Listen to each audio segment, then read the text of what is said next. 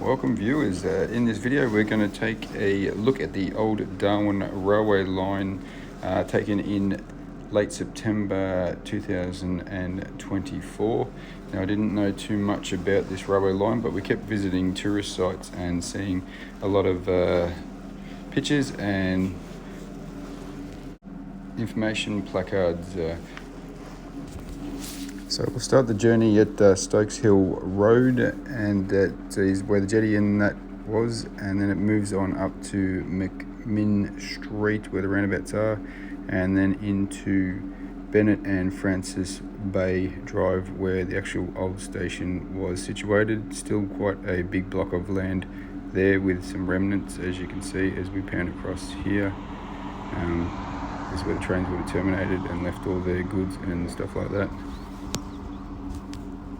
So opposite Francis Bay Road to the right would have been the Port of Darwin, and still is the Port of Darwin, where all the ships would have come in and unloaded their goods and all that, and vice versa, with the iron ore and gold fields prominently the rail traffic that was used in Darwin, and World War II would have played a big part in a lot of this area too. Here we see some of the station remnants with Bennett Street taking over where there was a rail line. There's now no cutting there or rail reserve, it's just a straight road. So as you can see by the size of that block of land and the size of the trains that do move up to Darwin on the East Arm Wharf now, that they would definitely not fit up there, and crossing over the streets, which you'll see in the next few pictures and slides, they would take a lot of crossing and take up a lot of time waiting for the trains to go across. Now we move on down to Bennett Street, and this is where the line sort of disappears and goes into this heavily vegetated area, and that's distance there, from a distance, the hill that it would have gone around the corner of, and then into the small reserve where the road just goes to a dead end and nothing. There is a lot of remnants in the bush, but you do have to go hunt for them, as you can see in some of these pictures of stanchions and railway ties and stuff like that. There is a bridge culvert there without the bridge anymore, as you can see in this picture, still stands there. The vegetation has definitely taken over the area in quite a heavy way, being in the tropical thing. Things grow very well, and given that this railway line closed 30th of June 1976, and given the size of the trains that are up there now, there's a little wonder why it happened. So around the bend we make our way to Stewart Park and the Daly Street overpass. The embankment is still there, and you can see where the railway line did go, and there is actually a bike path that travels alongside for a little bit, and then we go to the bridge, and that still stands, and this is where it follows the Stewart Highway for quite a few kilometres, with the railway reserve still being there, but there is some buildings that have taken over, as you'll see in the pictures. Plenty of railway tracks and infrastructure still visible, but you do have to do a little bit of hunting to find them and look hard. I've done the pleasure of taking some photos that I could find for you. So as we look back at the Daly Street bridge, we start moving along the Stewart Highway, which does back onto a lot of shops and factories that are there, including a car yard. So the train line didn't quite go along the highway, but it did follow the basic line of the highway into town. This is the car yard that is taken over the line, so you couldn't actually see where the rails were for there, but they did have rails popping out from either end of the fence.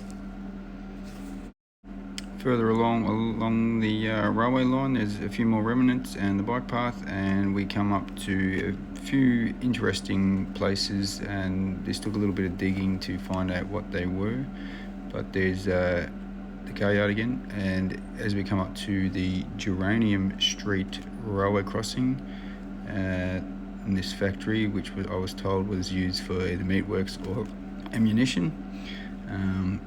So that was something the local told me. He wasn't too certain what it was about, but I'll give him that. And this is looking back towards Darwin, and then this is Geranium Street, which would have been a level crossing, probably a very busy one, and probably a lot of yards and that sitting around there if you ever find up some pictures and get to dig them up, then you this was the Stuart Highway crossing with actual tracks from the original alignment still in place,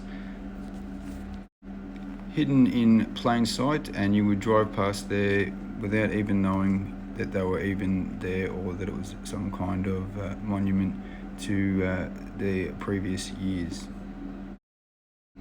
Moving on to Parup and Woolner, where there was a triangle that went from the 2.5 mile railway workshop out to the meatworks, which is now where the Darwin High School is, crossing over the highway. And said gates to the 2.5 mile railway workshop still remaining. And water towers, which I'm not sure if they were used for the railways, that in the place called the Narrows, and moving on to Winelli. Palmerston and Pine Creek line, literally still intact like it was left yesterday. You can actually walk all the way along this line and see the tracks, how they used to be and how they still are. And as we head further south, there's still plenty of railway infrastructure, not all intact, but there is places where you can see where there were signals and points and stuff like that that would have been used on a daily basis. Now this bridge that went over the drains was in really good nick, and like it was still able to be used, a good steel structure. But after this bridge there wasn't too much more left of the line. It basically came to the Stuart Highway again, where it crossed back over and then the line just stopped, but the bike path still went along the same route as where the railway would have gone, just past the Air Museum, which is in Darwin. As we finish up this video, we had a few more remnants that were out of town that were still of interest, and now a bike trail. And then we finish up with a nice little cottage called Wishart Siding. It was too good to pass to not take a photo of. So thanks for watching. I hope you enjoyed, and I hope it was something worth reading and watching. See you in the next video.